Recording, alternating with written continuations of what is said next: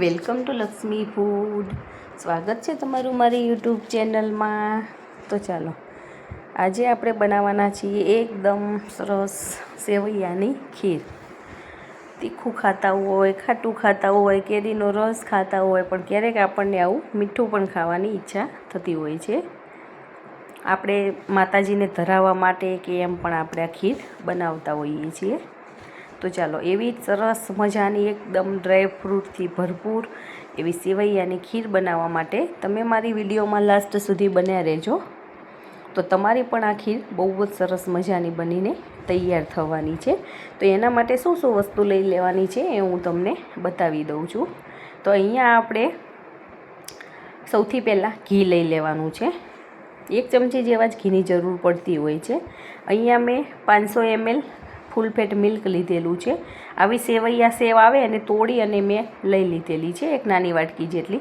કાજુ ફાડા, બદામના ફાડા અને પિસ્તાના ફાડા, આ ત્રણેય વસ્તુ આપણા ઈચ્છા પ્રમાણે લેવાનું છે. 3 ચમચી ખાંડ, ચપટી ઇલાયચી અને ચપટી આપણે કેસર લઈ લીધેલું છે. કેસર બિલકુલ ઓપ્શનલ છે, તમને મજા આવે તો નાખવાનું છે, નહીં તો નથી નાખવાનું, તમે સ્કીપ પણ કરી શકો છો.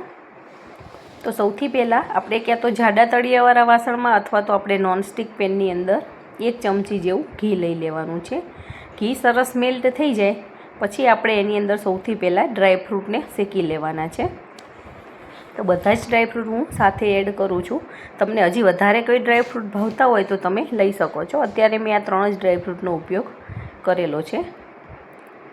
આને થોડાક રોસ્ટ જ કરવાના છે, એકદમ આને કંઈ પકાવવાના કે દજવી નથી દેવાના. એકદમ સ્લો ગેસની ફ્લેમ ઉપર આને ચલાવતા જઈ અને સરસ શેકી લેવાના છે. થોડા ગોલ્ડન બ્રાઉન કલરના થાય પછી આપણે એને બહાર કાઢી લેવાના છે.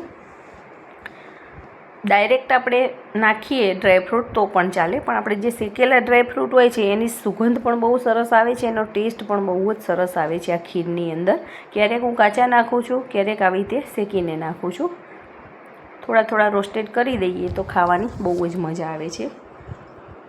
હવે આપણે એને શેકાઈ ગયા છે, એક બાઉલની અંદર કાઢી લેવાના છે. હવે એ જ પેનની અંદર આપણે જે સેવૈયા સેવ લીધેલી છે એને શેકી લેવાની છે. આને પણ એકદમ સ્લો ગેસની ફ્લેમ ઉપર શેકવાની છે, કેમ કે આ એકદમ પતલી આવે અને આને શેકાતા પણ જરાય વાર નથી લાગતી. ના શેકીએ તો પણ ચાલે, પણ આ શેકવી જરૂરી છે. શેકશો તો એનું આખું સરસ મજાનું ટેક્સચર આવી જશે અને એનો ટેસ્ટ પણ સરસ આવવાનો છે. તો ધીમે ધીમે હળવા હાથે આને સરસ આવી રીતે ચલાવતા જઈ અને શેકી લઈશું. આમાં બીજું એક્સ્ટ્રા ઘી નાખવાની જરૂર નથી, કેમ કે આપણા પેનમાં ઘણું બધું ઘી હતું, એની અંદર જ આ સરસ સેવ શેકાઈ જવાની છે. તો 2 મિનિટની અંદર આપણી સેવ તમે જોઈ શકો છો, એનો કલર પણ ચેન્જ થઈ ગયો છે અને સેવ પણ સરસ શેકાઈ ગયેલી છે.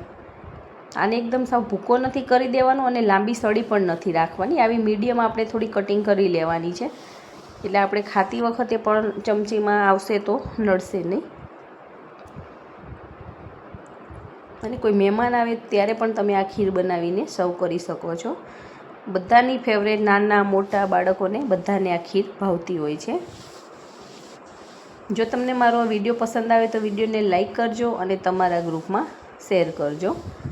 અને જો તમે હજી સુધી મારી ચેનલને સબસ્ક્રાઈબ નથી કરી તો ફટાફટ સબસ્ક્રાઈબ કરી દેજો અને બેલ આઇકોન પ્રેસ કરી દેજો, જેથી કરીને આવનાર તમામ નવી રેસીપીના વિડીયો ફટાફટ તમારી સુધી પહોંચી જાય. અને તમે પણ આ જો સેવ બનાવતા હોય, સેવની ખીર, તો કેવી રીતે બનાવો છો કમેન્ટ કરીને મને કહેજો. આપણે દૂધને થોડુંક ઉંફાળું ગરમ કરી લીધેલું છે. દૂધ આપણું થોડુંક ઉંફાળું લેવાનું છે, જેથી કરીને આપણી ખીર સરસ બને છે. એકદમ અતિશય ગરમ કરીને નથી લેવાની જરૂર, કેમ કે હજી આને આપણે ઉકાળવાનું છે. સામાન્ય જ ઉંફાળું કરીને લેવાનું છે.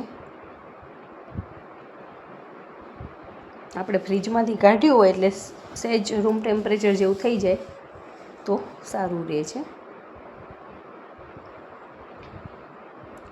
ધીમે ધીમે ચલાવતા જઈ અને આપણે આ ખીરને પકવવાની છે. હજી તો આર્યું એકદમ ઘાટું થઈ જશે દૂધ, આપણી અંદર જે સેવ નાખેલી છે એકદમ સરસ પાકી જશે ને, એટલે સેવ ટ્રાન્સપરન્ટ થઈ જશે. એ પાકે એટલે હું તમને બતાવું છું કે કેવી રીતે ચેક કરવાની છે. અને આને સતત ચલાવ્યા કરવાનું છે, જેથી કરીને નીચે ચોંટી ના જાય. નોનસ્ટિક પેન છે એટલે એમ નથી ચોંટતું, પણ પછી ઘટ થઈ જાય એટલે ચોંટવા માંડે છે સાઈડમાંથી. આ સેવૈયા ખીર બનાવવી એકદમ ઇઝી છે અને બનાવતા પણ વાર નથી લાગતી. 5 થી 7 મિનિટમાં આપણી સેવ સરસ પાકી જવાની છે.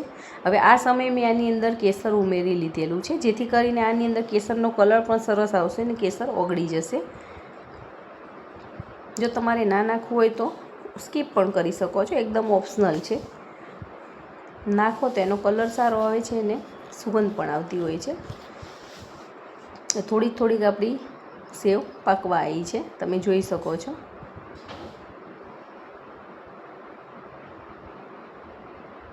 સાઈડમાંથી આવી રીતે માવો આપણો ચોંટતો જાય છે અને જેમ જેમ પાકતી જાય છે એમાંની સુગંધ પણ સરસ આવતી જાય છે. તમે જોઈ શકો છો થોડીક ટ્રાન્સપરન્ટ થઈ ગઈ છે આપણી સેવ. અને હવે તમે આનું જુઓ, ટેક્સચર એકદમ ઘટ થતું જાય છે. આની અંદર આપણે કોઈ પાવડર કે મિલ્ક પાવડર કે એવું કશું જ એડ નથી કરવાના, આપણે નેચરલ પ્રોસેસથી જ આ વસ્તુ કરવાની છે. દૂધ થોડીક વધારે ટાઈમ ઉકાળશું એટલે આપણી સરસ ખીર ઘટ થઈ જશે. અને આવું ઘટ થાય પછી આપણે એની અંદર ખાંડ એડ કરી દેવાની છે. મેં અહીંયા 3 ચમચી ખાંડ લીધેલી છે. જો તમને વધારે ગળ્યું પસંદ હોય તો તમે હજી વધારે પણ લઈ શકો છો. અને આ મીડિયમ જ છે, એટલે ઓછી તો લેવાનો કોઈ પ્રશ્ન નથી. હવે આપણે ફ્લેવર માટે ઇલાયચી નાખી દઈએ છીએ. આ બધી જ વસ્તુની સુગંધ બહુ જ સરસ આવેલી છે અને આપણું દૂધ પણ સરસ પાકી રહેલું છે. એકદમ રબડી જેવું આપણું દૂધ જાડું કરતું જવાનું છે અને સેવ બધી જ ફૂલાતી ગઈ છે. તમે જોઈ શકો છો ફૂલાઈ અને સરસ આવી રીતે આપણી કઢાઈ ભરાઈ ગઈ છે. હવે રોસ્ટ કરેલા ડ્રાયફ્રૂટને આપણે આમાં એડ કરી દેવાના છે અને 1 ચમચી જેટલા ડ્રાયફ્રૂટ હું રહેવા દઉં છું, જે આપણે ગાર્નિશિંગમાં એડ કરવાના છે ઉપરથી. અને આપણા ડ્રાયફ્રૂટ રોસ્ટ થયેલા જ છે એટલે આને પાકતા વાર નથી લાગતી. ખાલી આપણા દૂધની અંદર ભળી જાય અને સરસ ગરમ થઈ જાય ત્યાં સુધી જ આપણે રહેવા દેવાના છે. બાકી તો આપણી ખીર ઓલમોસ્ટ બનીને તૈયાર થવા આવી છે. તો તમે જોઈ શકો છો એકદમ ઘટ એવી આપણી ખીર બનીને તૈયાર થયેલી છે. તમે આ દરેક ટ્રીકને ફોલો કરજો. તમે પહેલી વખત બનાવતા હશો તો પણ તમારી ખીર સરસ મજાની બનીને તૈયાર થવાની છે. ખીર આપણી બની જાય પછી આપણે એક વાસણની અંદર લઈ અને આપણે થોડીક વાર બહાર જ ઠંડી થવા દેવાની છે. એકદમ વરાળ નીકળી જાય અને ઠંડી થઈ જાય પછી આપણે એને ફ્રીજમાં રાખવાની છે. ગરમ ને ગરમ ફ્રીજમાં નથી મૂકી દેવાની, નહીં તો એનો ટેસ્ટ બિલકુલ બગડી જશે અને ખાવાની મજા પણ નહીં આવે. અને ફ્રીજમાં 3 થી 4 કલાક રહેવા દઈએ છીએ અને પછી આપણે એક સર્વિંગ બાઉલની અંદર લઈ અને બધી જ ખીરને સરસ સર્વ કરી લેવાની છે. અને ઉપરથી ડ્રાયફ્રૂટ નાખી અને આપણે સરસ ગાર્નિશ કરી લેવાની છે. તો છે ને એકદમ કલરફુલ ને કેવું સરસ ખીર લાગે છે. જોતાં જ ખાવાનું મન થઈ જાય એવી સેવૈયાની ખીર આપણી બનીને તૈયાર થઈ ગઈ છે. તો તમે પણ આવી રીતે બનાવજો અને કમેન્ટમાં મને કહેજો કે તમારી સેવૈયાની ખીર કેવી બને છે. અને જો તમે બનાવતા હોય તો કેવી રીતે બનાવો છો એ પણ મને કમેન્ટમાં કહેજો. બધાની રીત અલગ અલગ હોય છે. આપણને જેવી રીતે ફાવતું હોય એવી રીતે આપણે બનાવતા હોઈએ છીએ. પણ તમે આ રીતનો ઉપયોગ કરીને એક વખત ખીર બનાવી જોજો, તમને બહુ જ મજા આવશે.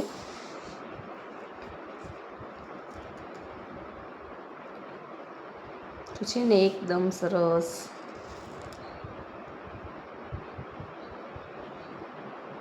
આને તમે પૂરી સાથે, રોટલી સાથે કેમ સર્વ કરી શકો છો. અને એકલી ખાવી હોય તો પણ બહુ જ મજા આવતી હોય છે. તો તમે પણ બનાવો ને એન્જોય કરો. Thank you.